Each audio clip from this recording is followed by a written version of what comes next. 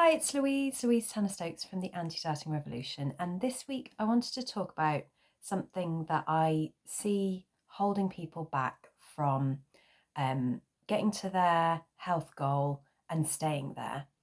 And it's this idea of aiming for perfection. So trying to aim for perfection is holding you back, okay? So this is for you if you think that you have to eat perfectly in order to be healthy, or you have to eat perfectly, or you have to make changes perfectly in order to be able to lose weight or eat better or get fitter. If you're constantly looking for the perfect diet or the perfect diet plan to follow, um, you're going to struggle, because when you think you've got to change everything, you try and change too much. And human beings are creatures of habit. We don't like to change. We like to stick to our day-to-day habits. We like to stay where it's comfortable. We like to do what's easy, and that's why changing habits is really hard. And if you try and change too much, so you think, oh, I've got to make some changes to try and eat better or to lose weight or to get fitter, and you try and change too much, you're not going to be able to stick to it for very long. And I see this over and over again, because it's too different to what you normally do. It's too much of a change. It's too drastic. Um, so if you think you have to get it all right, you're just going to keep trying new things and then failing if you think you have to get it exactly perfectly right. And I see this kind of all or nothing mentality get in the way for so many people, where they think they've either got to do it all perfectly, they've got to eat exactly as the plan says, or they've completely failed. There's no in between. And that all or nothing mentality just is not necessary. Healthy eating doesn't have to be perfect. You don't have to get it all right just to get the weight loss going if you're trying to lose weight. You don't have to get it all right straight away if you're trying to get fitter.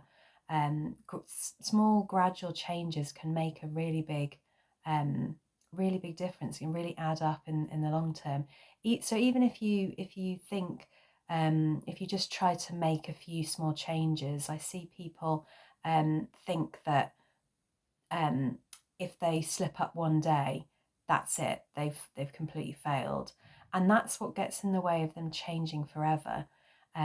If you think you've failed when you have a little bit of a relapse, then yeah, you are going to fail. You are going to just give up and just stop, and then go back into your old habits.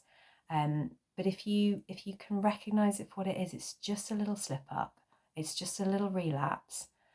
It's just one day, or even if it's a week or a month.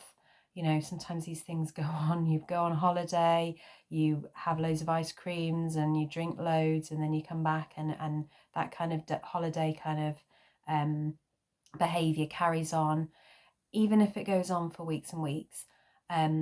It's only a collapse if you give up on it completely. If you can just recognize what's going on and pick yourself up as soon as possible, then it doesn't have to be a collapse. It's just a little bit of a slip up. And in the grand scheme of things, in the bigger picture, it's not going to make that much difference, because it doesn't have to be perfect.